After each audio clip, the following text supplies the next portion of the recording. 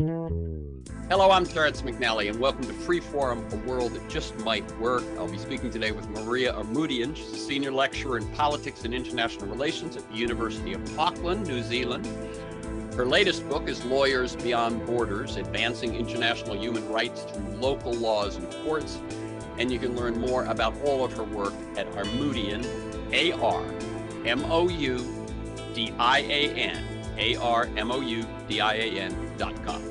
On Freeform, we explore the lives, the work, and the ideas of individuals that I suspect have pieces of the puzzle of a world that just might work. We look at new, innovative, provocative approaches to business, environment, health, science, politics, media, culture, spirit, all based on the fact that I believe we can do better, and I want to find out how. The show airs on KPFK 90.7 FM in Los Angeles and on kpfk.org, Thursdays at 4 p.m. Pacific, streams weekly on the Progressive Voices Network on TuneIn.com, and podcasts are available anytime, anywhere on Apple Podcasts, Google Play, Podomatic.com, most major podcast sites, and at my site, terrencemcnally.net, TERRENCEMCNALLY.net. Though the Russian ground invasion of Ukraine has progressed much more slowly than anyone, Vladimir Putin in particular, might have assumed, events still feel unpredictable. We have no idea what will happen tonight or tomorrow. So rather than try to deal with the latest developments, I want to look at some of the issues raised by these acts of war, as well as the local and international responses to them, provide some context to how we deal with this kind of a situation. While the biggest question might be, is it even possible to influence the behavior of a norm and law-defying despot with nuclear weapons? That may be the big question, but there are a number of paths that the international community pursues to confront and deal with the attacks and the resulting death and destruction. Soft power, diplomacy, international law, the press. Today's guest, Maria ARMOUDIAN, has focused on the possibilities and limitations of some of these levers of soft power. She's written 3 books: Kill the Messenger, The Media's Role in the Fate of the World, Reporting from the Danger Zone, Frontline Journalists, Their Jobs, and an Increasingly Perilous Future, and Lawyers Beyond Borders, Advancing International Human Rights Through Local Laws and Courts. I hope you, like me, can see the relevance of those to the events and headlines out of Ukraine, as well as our path forward. What is the role of the press? How has it changed in this era of propaganda and misinformation? What can the press offer when confronted by the intimidation and persecution of a state like Russia? Even outside of war zones, the press has suffered growing hostility and homicide in the last few years. Why is that, and what can be done in response? What is the role of international law? What are its possibilities and limitations? Can you actually enforce these against major powers? How can it stand up to those who defy and ignore it? One other area I want to talk with Maria about is her home for the last few years, New Zealand. We've heard a lot about their successful response to COVID-19 and about their apparent common sense on a number of fronts. What's the story behind that impression of sane and successful democracy? Maria ARMOUDIAN is a senior lecturer in politics and international relations at the University of Auckland, New Zealand, host and producer of the syndicated radio program, The Scholars Circle. Her articles have been published by the New York Times, LA Times Syndicates, Columbia Journalism Review, the New Zealand Herald, Grist, Salon, Truth Out, Alternate, Business Week, and as I said, she's the author of the 3 books, Kill the Messenger, The Danger Zone, and Lawyers Beyond Borders. Welcome, Maria ARMOUDIAN, to Freeform, a world that just might work. Oh my God, it is so good to be with you again, Terrence McNally. It's been years since we've gotten to do this together. And I know. I think the last one was 2010 or 11. I think you're right, 2011. Which is like a decade That's ago. over a decade ago. I know, it's crazy. And let me tell listeners, we're recording this conversation Wednesday, March 16th. So, Maria, as you know, I like to get a feel for the people behind the work and the ideas that we talk about. So let's talk a bit about your path. First, how did you, and you can start this as far back as you want, how did you grow to combine both academic and media work? Well, you know, Terrence, you and I met, back in 2002, perhaps, I think it was. Yeah. So, and at that time, I was working in California politics. And I had also worked as a journalist. And so I was seeing a lot of the big political problems through these lenses of trying to make a difference, right? Trying to advance really meaningful legislation, trying to cover really meaningful matters. And while working in the legislature, I noticed that there was this big disconnect between what people really understood in terms of policy and politics and how they work and how, all of the sort of ins and outs of that and what actually was going on, right? And so people were tending to vote on their candidates or on the ballot issues with sort of imperfect information and imperfect contexts and that sort of a thing. So that was one of the things that I thought was really important, was if you're going to have a democracy, you really need to have, more fuller information, more accurate information, but also contextual and deeper understandings about how policies interact with populations and politics. But the other issue with that was, of course, the big businesses had such a hold on what could actually get through the committees. And the American system, different from the New Zealand system, I will add, and we can talk a little bit about this later, is set to have so many veto points so that it's so hard to pass meaningful legislation. So while I was in the legislature, I wanted to do kind of big solutions through a bill or two, but they would never get out of a pro-business committee. Like we always get assigned to something like the banking committee, where the bankers wouldn't want socially responsible businesses. Let me cut in for 1 second, Maria, Yeah. just to get more specific about what you were doing.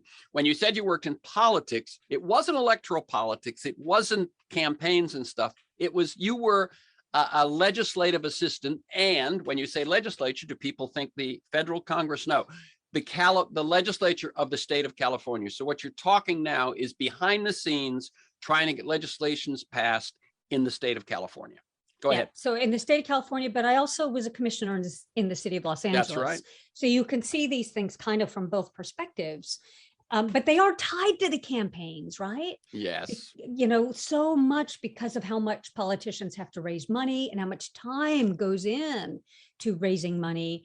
It really sort of skews access and skews attention and skews worldview about what they can do, because their first job is to get reelected. If they don't get reelected, then they cannot advance anything. So there were all of these issues, kind of the unthorough information getting to people. And I don't blame journalists for this. It is just the way the design has evolved, partly because, of the American system, for example, evolved out of, starting out being partisan press, then moving into the penny press. And so there was always the need to, pay people, get advertising dollars and make a profit. And we haven't really had a really robust nonprofit media sector in the United States. So I don't blame journalists. This is just the way it has developed and evolved, the structural issues. So I started to look at kind of the whole system and trying to understand, the relationships between all of these and how they interact. And at the same time, as I was looking at this incomplete media messaging, which was keeping people not fully informed enough to make the best political decisions, I started to look at the worst case scenarios, which were like genocides, in which it wasn't just incomplete information. It was, truly badly framed hate frames and what I call genocidal frames, blame frames that targeted one group of people for a political problem that was untenable, and then proposed in those frames to eliminate them. So we saw that, of course, in the Holocaust. We saw that in Rwanda. We saw that in the Armenian genocide. We saw that in the Bosnian War. And over and over and over, you see these, authoritarian governments siding with a nationalistic group or something like that, and targeting another group as their scapegoat for political problems. And the solution they propose is killing. So that dragged me more into the world of more international and civil wars and that sort of thing, and trying to understand, the media's role in that. Then, as you mentioned, I did the book on war correspondence. And the issue there is that, yes, things have changed. There was a period of time when war correspondents could go and talk to two sides. They would go to one side, and then they would frame it. Sadly, sometimes it was a he said, she said frame, which is still not very informative, but at least people could see that. Well, now there's such an intense effort to control the narrative, especially like you mentioned, this Ukraine-Russia war that's going on now, and Russia shutting down most of any media that does not use the precise language that Putin wants to be used. That shows you how important words are and language is in trying to portray something, as in his case, trying to justify killing people who, were, brethren, sisters and brothers to the Russians.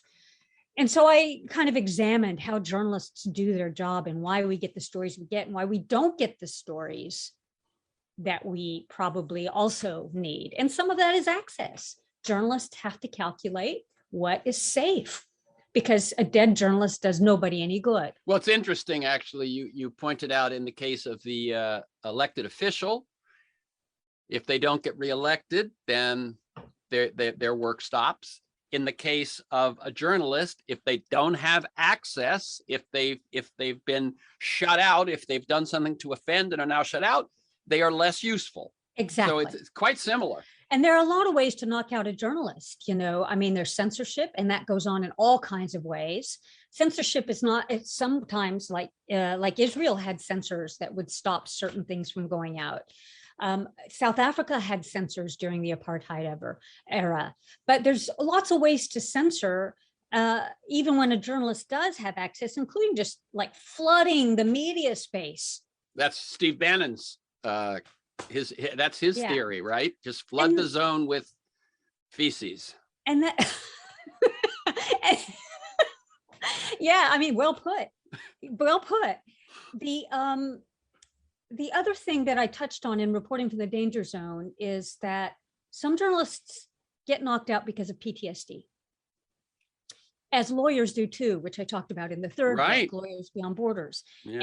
And what happens is that they are dealing with such awful material so much of the time that they cannot not be affected by this to their very core. And there's the trauma of actually experiencing something. And many of the journalists I interviewed had been kidnapped on the job, one of them, a BBC journalist, was tried and was sentenced to death in the former Yugoslavia and did get out, was rescued. But it's like these things have an effect, but then there's another effect. Most journalists who do this kind of work are inherently empathic people. They go into this because they care. They go to report these things because they really do want to make a difference. And so when they experience somebody else's extraordinary pain, there's a trauma transference that happens, and that can be just as wounding. Sorry, but I actually ghost wrote with a psychologist a book on exactly this, which we termed secondhand trauma. It is secondhand trauma, like secondhand smoke. That's exactly what it is. Yeah. Well, and similar with the Lawyers Beyond Borders, that was one of the things that we ended up finding, and I say we, but I guess I ended up finding in this book, is that there is the secondhand trauma transference, that really knocks people around a little bit. And if we think about it, the person who undergoes a trauma, there's a fire in their building. Yeah. There's a murder in their neighborhood. There's a murder in their family. It still is once. A reporter and a lawyer may do that day after day after day. That's right. And that's part of, what they define as burnout too, right? It's like that intense pressure. Yeah. So that makes it hard for people to keep doing their job, both in journalism and in, representing survivors of egregious abuses, whether they're refugees, torture survivors, genocide survivors, or, other kinds of killing like we're seeing. And what we've got, sadly, in this world is, an unfathomable, countless, degree of trauma we're creating. And trauma, sadly, then begets, poor responses. We have to find ways to bring health so that we don't keep repeating these mistakes and making them worse and spiraling downward. That's right. My guess is, and this is off the top of my head, is that the evildoers, whatever the Putins, the dictators, the folks like that, they've got an appetite for this. Actually, it's the victims and the defenders thrust into that actually don't. I mean, that, as I said, that's off the top of my head, but I bet there's some truth to that. I would think so. I suspect, and this, I'm not a psychologist, but I can speak to this from what my kind of theoretical perspective is, that there is a certain addictive quality to power and to those emotions of that are related to power and the anger and all that. And I think that's why somebody like Steve Bannon, who you mentioned, or his predecessors, Rush Limbaugh, are able to hook so many people, is that there's this sort of addictive nature to that emotion. Okay, let me ask you, so what you've sort of traced is your work, and I really appreciate the way you did that, from originally think I'll do it through politics, and then realizing the interconnections, and now being drawn into these 3 books and so on. Let me ask you about one thing again, and fairly generally. We'll get more specifically into the COVID response a little later. But why did you move to New Zealand, and what has that experience been like for you, person and work? So when I was drawn into this work, I went back and did my PhD. I was middle-aged. Doing a PhD in middle age is kind of interesting in and of itself. And when I finished and applied for the 4 jobs that were advertised, that was all I could find at the time. In your field? In my field. They generally open at a particular time, but it wasn't right when I finished my PhD. 2 of them offered, and one of them was better, really much better than the other, and that was this one. And so I took the job thinking that I would come and experience it and then come home. And this was when? 2014. Oh my, so 7 years ago. Yeah, going on 8. Going on 8. It will be 8 in July. And so I'm still here. It's really a completely different governance system, parliamentary, unicameral. Sometimes the parties have to build a coalition to govern. Sometimes they don't. Right now, the Labour Party does not have to build a coalition. They're on their own. So they've mostly gotten to make all these decisions, just within the party themselves. They do have Green Party members in ministerial positions, because the Green Party was the other party that they could build a coalition with should they have to. And they did look to them for example, climate change ministry. So there's a Green Party, the co-leader of the Green Party. It's really interesting. The Green Party here, which I think has 10 seats right now in the parliament. I could be wrong on the precise number, but it's around there. But they always have gender balanced leadership in their party, so a male and a female, and the male is the minister for climate change at the moment. So it's been interesting to watch how quickly some decisions can get made, and how some problems are so entrenched that a government, even when a party has complete control over it, still can't solve the problem.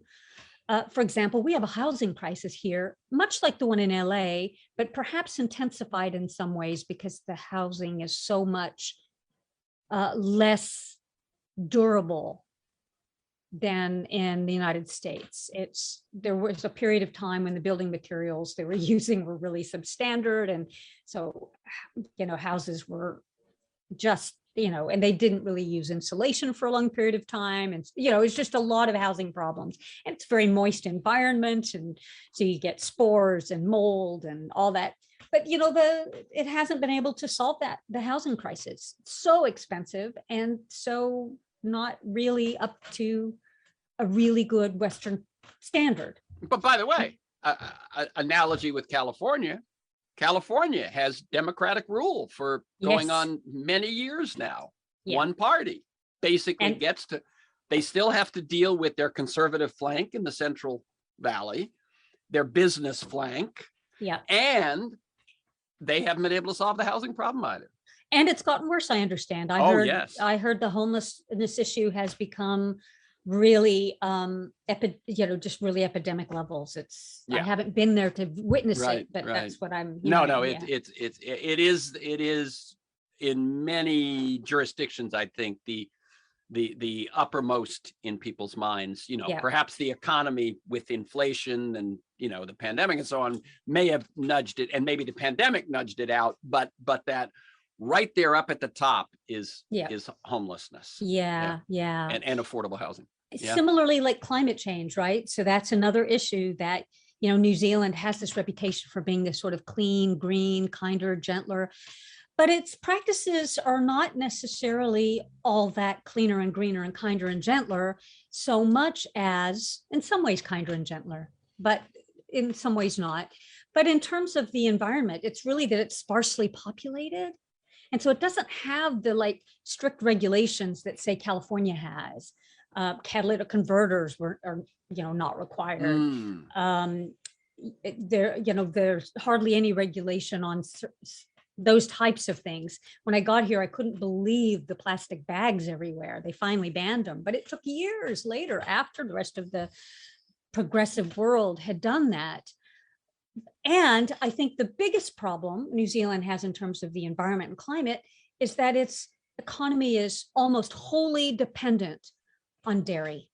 And it's all exporting dairy and meat and such. And so that's a very climate intensive and water polluting and soil degrading industry. But that is why the country thrives economically, despite being isolated from the rest of the world.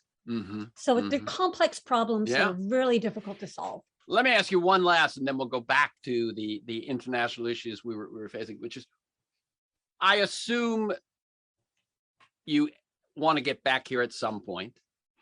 What will be lessons you learned by having lived in New Zealand that will impact you, or that you'll feel, I got to bring that with me home? I think the COVID response and the response to the response was fascinating to watch. Okay, then let's go straight. Rather than putting that at the back end, let's just feel free to go into that now. Well, one of the benefits of being at the bottom of the world and protected by a giant moat called the ocean is if people, by the way, don't realize, how far are you from Australia? I think the airplane flight takes about, to the closest one, maybe 4.5 hours. Yeah, see, people, I think that they're like right next to each other. No. Yeah, we're pretty much on our own here. Thousands of miles between you and Australia. Yeah. But that enabled the government to watch what was happening in the rest of the world and to assess all of the responses that were happening. And then it's densely populated, except for in a couple of major cities, right? And even the cities are more, not densely populated, the opposite. Right. It's really spread out, sparsely populated. Even the major city where I live, Auckland, there's like a central core where it does have density, but it's spread out all over this long space. And so that also enabled the country to isolate certain areas and to keep, COVID contained whenever it was spreading around. I think that watching the whole world respond and getting all that time enabled the government to say, okay, we are going to use the lockdowns. The first lockdown worked beautifully, knocked it out of the country, did not have COVID, lived like there was no COVID anywhere in the world for, I don't know what it was, a year. Then there was another lockdown because it got in somehow, it snuck in probably through the MIQ, which was the quarantine facility. Mhm. Some people were breaking out of MIQ and going out to buy alcohol and that sort of thing. It's really pretty hard to put somebody into a hotel for 2 weeks and ask them not to drink more than 1 bottle of wine if they have an addiction. So things like that were happening. But then once they finally were able to get the vaccines here and got, I think we are 94% double vaxxed here. Wow. Yeah, booster not quite so high, but so that enabled them to say, okay, we're going to open everything up again. And so the deaths have remained pretty low. Population is about 5 million people. And I think we've had 141 deaths throughout the entire COVID. Most of them recently, since they've pretty much taken all the restrictions off. So it's always a question of, this is one of the things I think I'll take away is 2 things. One is there's always the question of how do you weigh people's, life and death? Because some people are really vulnerable in a situation like COVID, right? People with pre-existing conditions or people who don't even know they're vulnerable, right? You don't always know. I remember stories of like Olympic rowers almost dying, having to be brought back to life. Who knew that person was going to suffer that badly? That's right, that they had a comorbidity or underlying condition, right? So there's that question up against, well, if the rest of your population really wants to get around and be free and whatever, how do you weigh that up? And that's one of the hardest decisions I think any government is up against making. I think the second takeaway is sort of semi-amusing in that I watched the American right wing suggesting that New Zealand was putting people into like concentration camps. Whereas in MIQ, while there were some restrictions, they were mostly 4- and 5-star hotels. It wasn't like really, too much trouble. And the people I've spoken with who have gone through MIQ, some of them loved it. They're like, oh, a 5-star hotel for 2 weeks, it was really nice. I just like sat in the bathtub, did some reading, watched some movies, and they bring you your food. You don't have to prepare it, But then some people really suffered because they couldn't really exercise enough and they weren't really allowed to go running or, that kind of a thing. And that would be hard, I think. So yeah, the way I think New Zealand did manage to get it together early on was also by communicating what was happening in the rest of the world and then framing it. Did it come to you late? It came to us a little bit later than everybody else, yeah. And then framing it as, one big team versus the virus. And is that sense of those 5 billion residents of New Zealand being one big team a more real fit than the US or not? Oh, it's definitely fractured, and the Labour Party has lost a lot of support. I think that their ratings in the polls have fallen to, probably the 30s or 40%. So they won't, if the election were tomorrow, they wouldn't be able to win and govern again. And they were the party in power that was setting the rules during COVID. Yeah, that's right. And, I think some of it is fairly squared at them for other problems they've not been able to solve, but some of it is really unfair and very similar to what you see coming out of the Steve Bannon wing of the American media, including we had a big demonstration here. I was going to say, what was that about? And it sort of was shocking because we thought, all the Jacinda Ardern fanboys and everything who thought that if only we could be them. Yeah, no, I mean, there was stuff, it was I'll tell you, the other thing I really love about New Zealand, which, things to take home, is so often politics and opposition politics are full of good humor. So I remember there was an opposition to the National Party, and one of the people who opposed him took a big inflatable penis and threw it at him. And it was like a balloon penis. And that, it was sort of hilarious because she was implying that he was, a dick. But and you didn't say it was a she that threw it. Yes. Oh, yeah. Yes. but that made, of course, the Colbert Report and things like that. Oh, sure. But it's sort of the humor of New Zealand. When the right wing abroad was suggesting New Zealand was putting people in concentration camps, that people were tweeting about them being eggs. I mean, it's just this kind of, rather than being hostile, it's kind of funny. The parliamentary protest, I think, was turning a corner, and I suspect, and I don't have evidence here yet, but I suspect that's from a Bannon-esque, and perhaps even connected to Bannon, destabilization. Could be connected to Putin too. Putin is quite good at spreading disinformation in order to sow chaos in countries that he's not a big fan of. Yeah. The last question sort of is about, we also hear about New Zealand, and it was more before the pandemic, but I think it still holds as kind of a refuge for US libertarians and high-tech billionaires. Is that one in particular, Peter Thiel, right? So he's the kind of infamous one who, I don't even know if he had stepped foot in New Zealand, but because he's so wealthy, was able to buy his passport.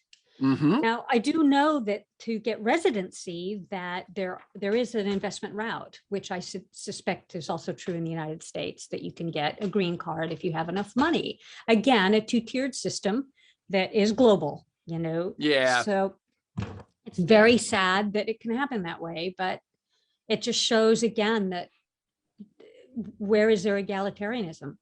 Yeah. Or as I had Astra Taylor on recently, where is their democracy? Yes, really. Yeah. When it comes down to it. I really feel like democracy falls at the foot of the voters more than anything else. But it's hard now more than ever to sort of find the truth of the matter and the context of the matter from all of the, as you say, feces that's in the public domain, it's in the public sphere. It's how do you sort that out and really understand the truth of the matter? That's really hard. And if I think back to our founding fathers, all of whom were fathers, or at least males, they didn't really make provision. I don't think they envisioned a time when there would be that kind of rampant misinformation. Yeah. There were certainly broadsides with misinformation at the time, but their solution, which was this representative democracy in which the elites did all the actual legislating, sort of made that matter less. Yeah. That was kind of, they did. I don't think they saw what we're seeing, but they had kept that a good distance from the people, and that was their power. Yeah.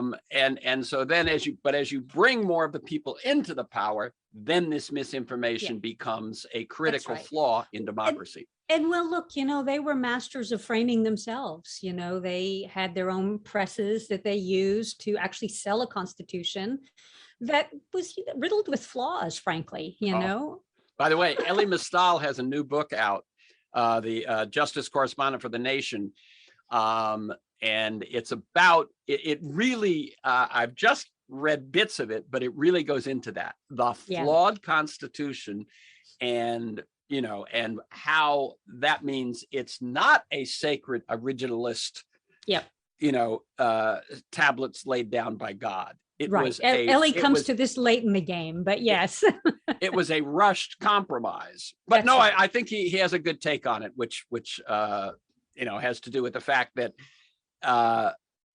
no woman or no slave was even had any power, says clearly, if you look at the principles underlying the Constitution and then you look at the actual facts of the Constitution, you'd say, well, if we're ever going to get close to the principles, we're going to have to be changing this document. You know what I mean? It sort of that it was a work in progress. But they wanted to protect their power. Oh, absolutely. And that was the way they did it. Yeah. They just didn't want it to be owned by a monarchy and a family.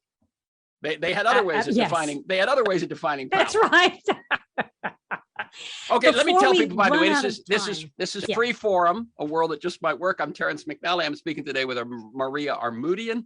She's a senior lecturer in politics and international relations at the University of Auckland, New Zealand. Her latest book is Lawyers Beyond Borders, Advancing International Human Rights Through Local Laws and Courts. And you can learn more about all of her work, including her syndicated radio show, Scholar Circles, at ARMOUDIAN.com. I'll spell it ARMOUDIAN, ARMOUDIAN.com. Okay, you were about to say something. I was just saying that the Russia-Ukraine situation, to go back to that, I just wanted to be sure and say this is exactly the situation for us as a humanity to start thinking about the international system and how it allows and permits these things to happen. And so there's a principle, which is a lot of what Lawyers Beyond Borders was about, called universal jurisdiction. And this, to me, it's the prime time now to start thinking of increasing ways to universal jurisdiction. And would you like me to talk about what that might mean? Yes, I would. Go ahead. What we mean by universal jurisdiction and where it could fill gaps right now, why it's necessary right now, and then where we might go to bring it into greater influence. So the idea of universal jurisdiction is that some crimes are so heinous and such a threat to humanity that they should be prosecutable anywhere. So most countries have jurisdictional areas, like they can prosecute this and that and the other. And then international tribunals have their area of jurisdiction. They can, it's sort of like a wall around what they're enabled or allowed to look at. But the principle of universal jurisdiction is that for the worst crimes, like what we're seeing in Ukraine, or torture, or genocide, or any of the big Geneva Convention violations, are really a threat to humanity themselves, right? And so these should be prosecutable anywhere. And what Lawyers Beyond Borders traces how that idea got hold in American courts, and how people who had suffered either torture or something like that, something that bad, were actually able to get justice in American courts. And the idea grew and spread to the point where, they held Ferdinand Marcos accountable for all the people he tortured in the Philippines, and they all got some kind of redress. Men in, people from the dirty war in Argentina or Paraguay, or all kinds of places were finding justice through American courts because these lawyers had found a statute to connect universal jurisdiction to.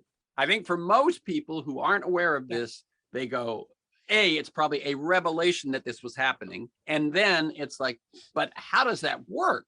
So in other words, if the crime is committed in one of these other countries, say Paraguay, say Argentina, how can it possibly be prosecuted in a different country? And how can that prosecution have any teeth back in the home country? Yeah, the teeth is the difficult part.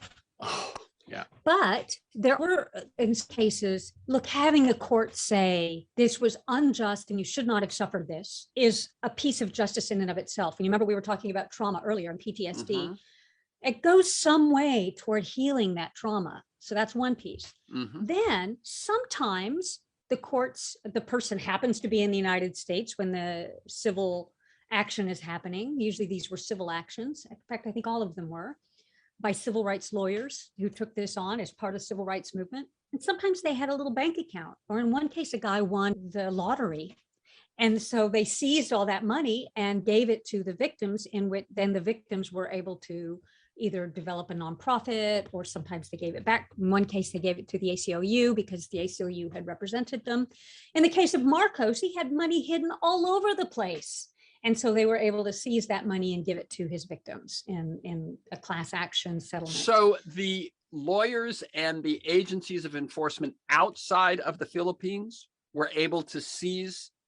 Through the US courts, yes. These were American lawyers, right? Wow, okay. And in some cases, instead of going after the individuals like Marcos or General Suarez Mason, or, whoever that torturer was, the specific person, sometimes the corporations in the United States are working with these oppressive governments and then making profits from it. So they sued the corporations. Is that what And the that- Unical case was? Unical, there was a case against Royal Dutch Petroleum. Both of those were multi-million-dollar settlements. Both of them enabled the communities back home to then build like literacy programs and enterprise programs and such things like that. So those have been short-circuited because the Supreme Court has put the kibosh on extraterrestrial. Territorial. Cut that out, please. Extraterritorial actions. By the way, I think it would like take that. the really Supreme Court to do the other one. We need one. So to bring this full circle. No. Wait, I want to dig into that just a little bit more. The Supreme Court weakening this this pathway. Yeah. What was the case and how did it go down and when did that happen? Yeah, in 2013, the big one. I mean, it happened in a few little pieces. So just to back up, first of all, because you have to see the Supreme Court in a context. This movement was building, right, to give foreign survivors access to US courts and to build another civil rights movement, except for people abroad. And the Congress was excited about this at the time in the 90s. And so they passed another law signed by George W.H. Bush to make it solid. And so they passed what's called the Torture Victim Protection Act that also, it's pretty much added to the original statute that was being used, passed by the first Congress in the United States. The very first Congress. This is the Alien Tort. That's statute. right. Yeah. So the Supreme Court slipped those two and said, sure, you can use the Torture Victim Protection Act, but you can only use that against people, and corporations are not people in this case, right? Oh, And they get then- to pick and choose? That's right. And then the Alien Tort Claims, or tort statute, they call it now, you can't use it for extraterritorial or terrestrial. I just had to say that. Yes. Cases there has to be something to touch and concern the United States in order to justify being extraterritorial. In other words, they wouldn't give them standing, right? Is that what it was? In essence, I mean, Yeah. you could, Yeah. jurisdiction, So, but I mean, that really takes all the power out of it, right? I mean, It takes a lot of the power out. This They just whole have to- movement that was building and growing, because the victories didn't come easy.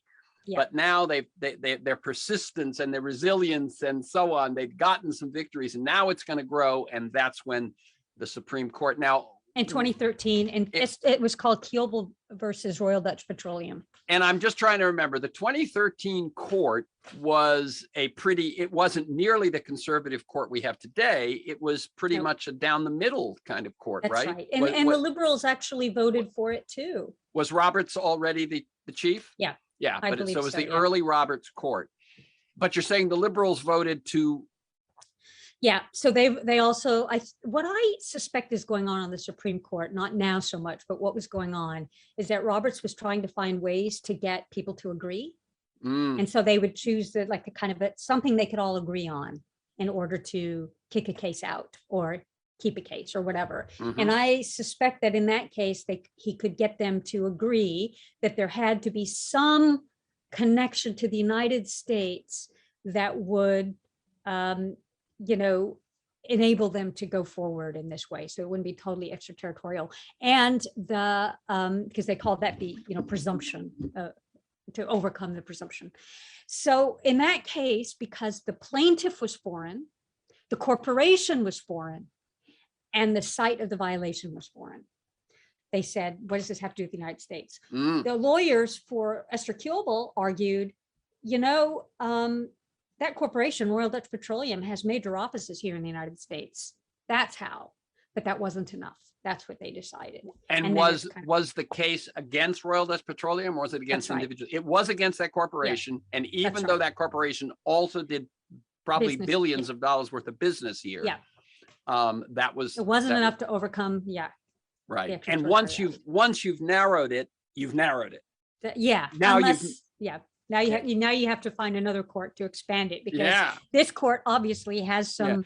Now, one thing that you got Erwin Chemerinsky to write the foreword to this book, which I highly congratulate you on. One of my real go-to guests on anything having to do Yeah. with the law, certainly the Supreme fabulous. Court. He's just He's fabulous. yeah. I mean, for people, He's been a guest on here a number of times, and kind of whenever I feel like this is territory I have to get, I see if I can get Erwin.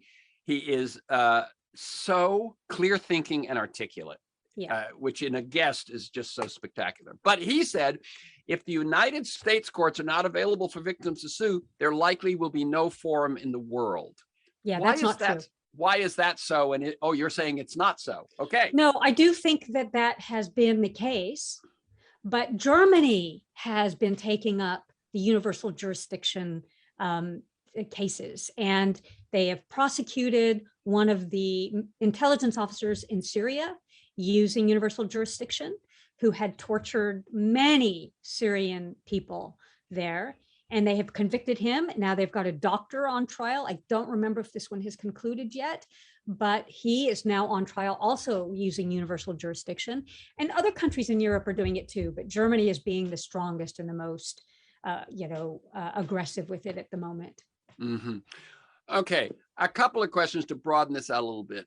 There's the international criminal courts, right? How does that fit into this picture we're painting about universal jurisdiction? Yeah, so the ICC, so there are a lot of confusing things with the ICC. So first of all, it can't do everything because it's a court, right? And there's so much going on in the world. That's another reason why we need national courts to be able to take this on, whenever these are like super heinous crimes. The ICC, created from the Rome Statute, it prosecutes individuals. I don't think it has jurisdictional corporations at the moment. That might change. So that's a whole other area it can't take on.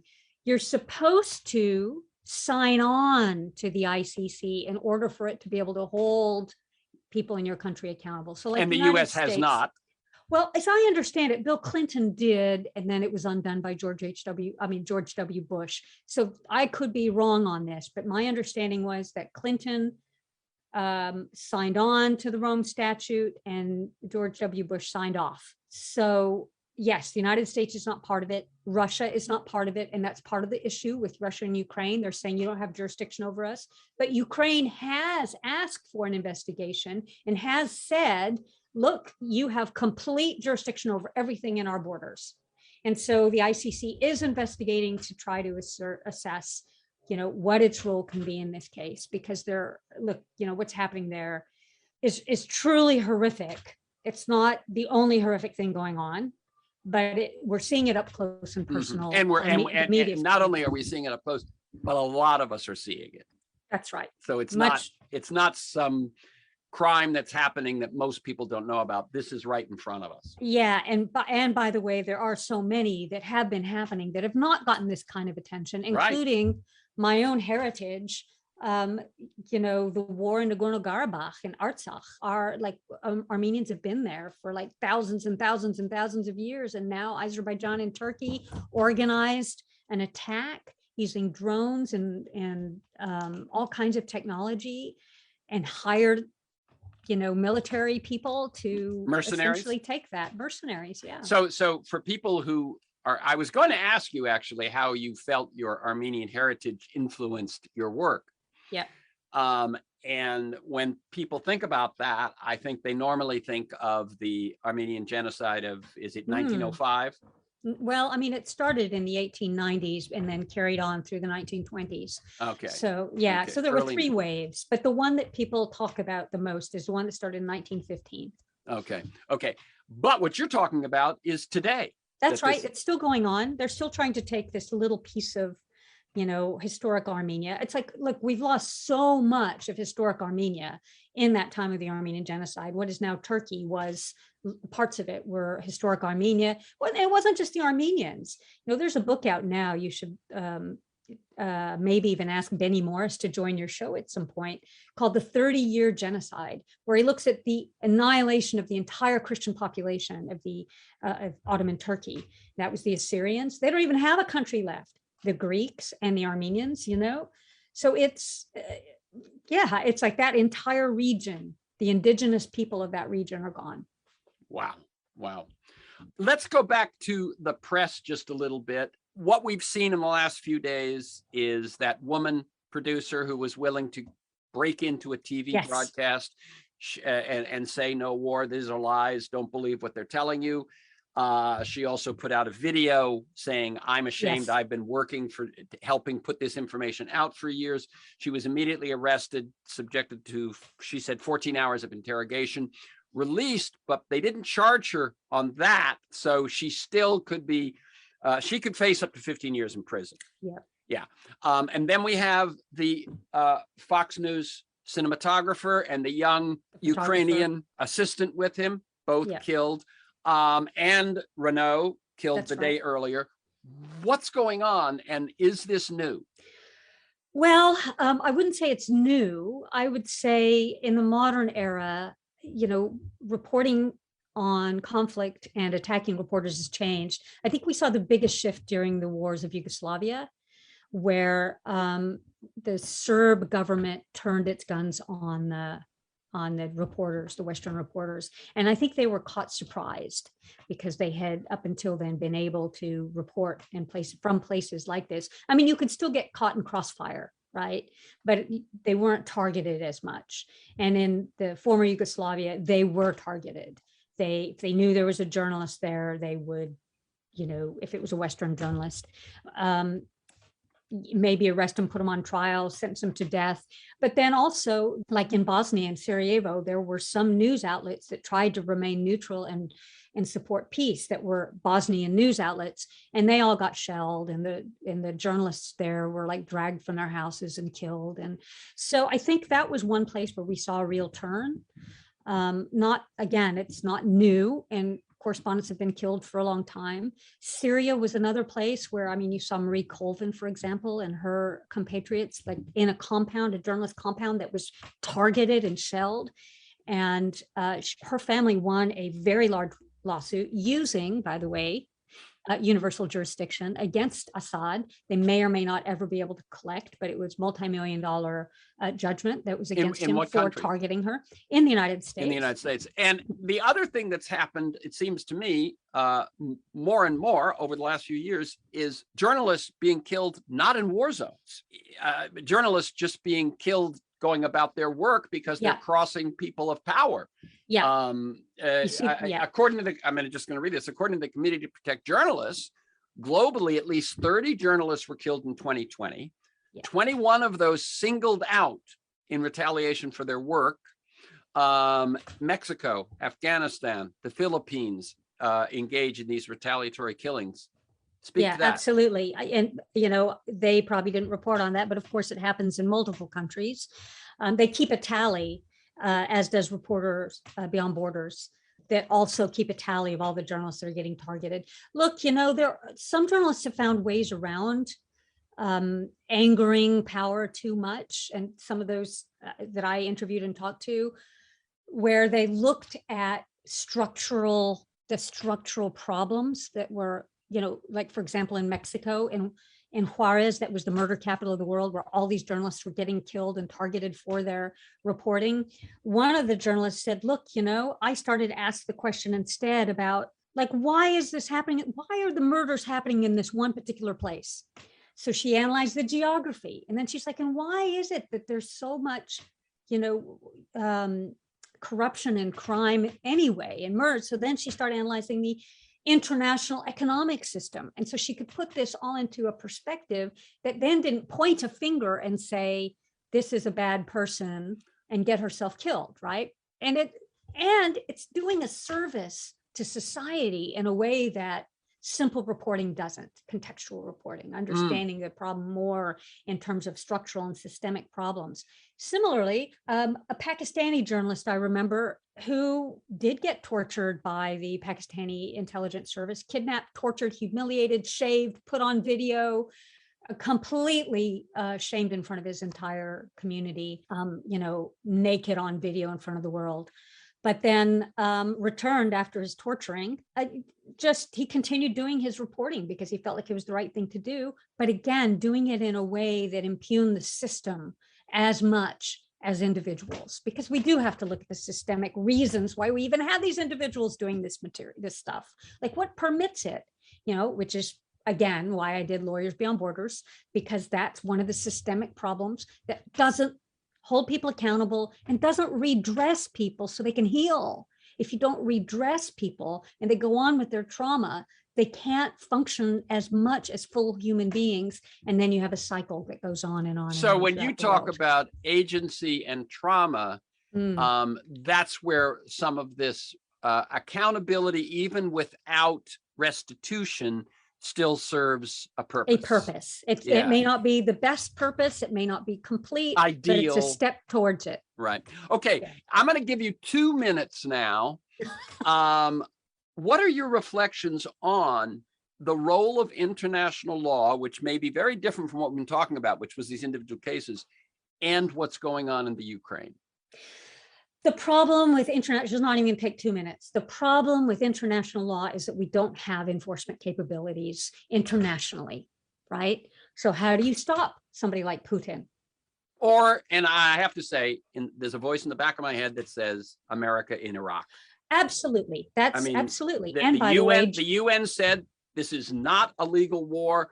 That's we right. didn't care. Absolutely. Everyone knows this is not a legal war going on in Ukraine. Putin doesn't care.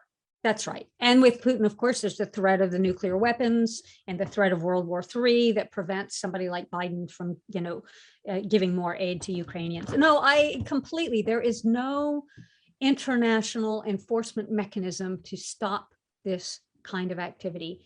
That's the big problem. And frankly, I don't think there's a will for it either.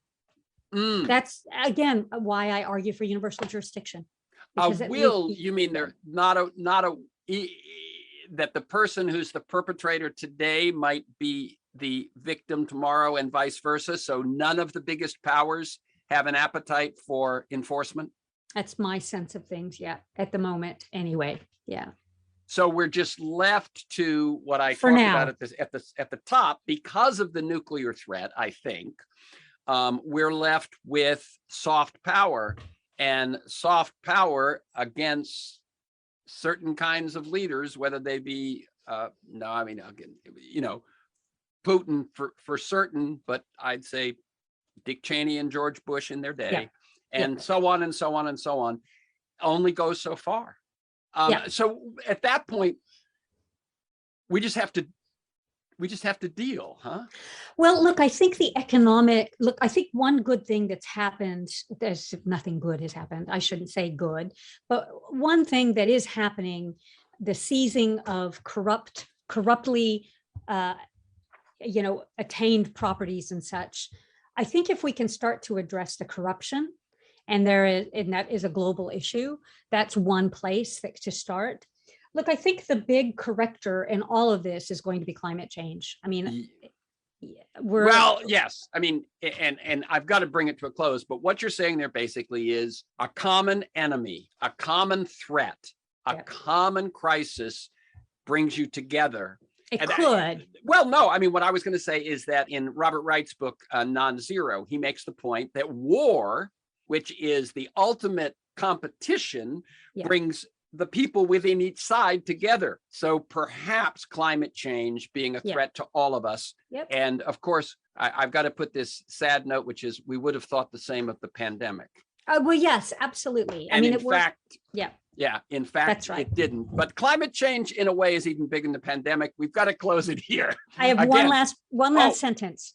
That is, the pandemic could have, if not for the Bannon-esque framing of us versus them, the blame frames and the hate frames, we could have done it. It was absolutely. The framing. Other countries did. Absolutely. Yep. Yeah. Okay. So again, Maria's latest book is Lawyers Beyond Borders. Her website is armoudian.com, ARMOUDIAN.com. For this conversation and many other interviews and articles, to join me in pursuit of a world that just might work, go to TerrenceMcNally.net, TerrenceMcNally, TerrenceMcNally.net. If you want to receive my weekly email announcement, it tells you who's going to be on, what we're going to talk about, and usually 10 articles to kind of flesh out the conversation.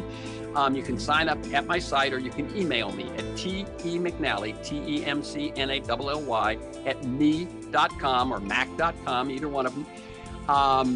And you can also subscribe and listen to the Freeform podcast on Apple Podcasts and at most major podcast sites. You can find years of podcasts at those sites or at my site. Michael Lewis, Naomi Klein, Bill McKibben, Van Jones, Connie Rice, Greg Boyle. You can also follow me on Twitter at McNally Terrence. Thanks to Kiana Williams in production, George Vasilopoulos at Progressive Voices, Mark Maxwell at KPFK, and most of all you, my listeners. Please share this podcast widely. And finally, thank you, Marie Armoudian. Keep up your good work. So great to be with you again, Terrence. Thank you for this wonderful program.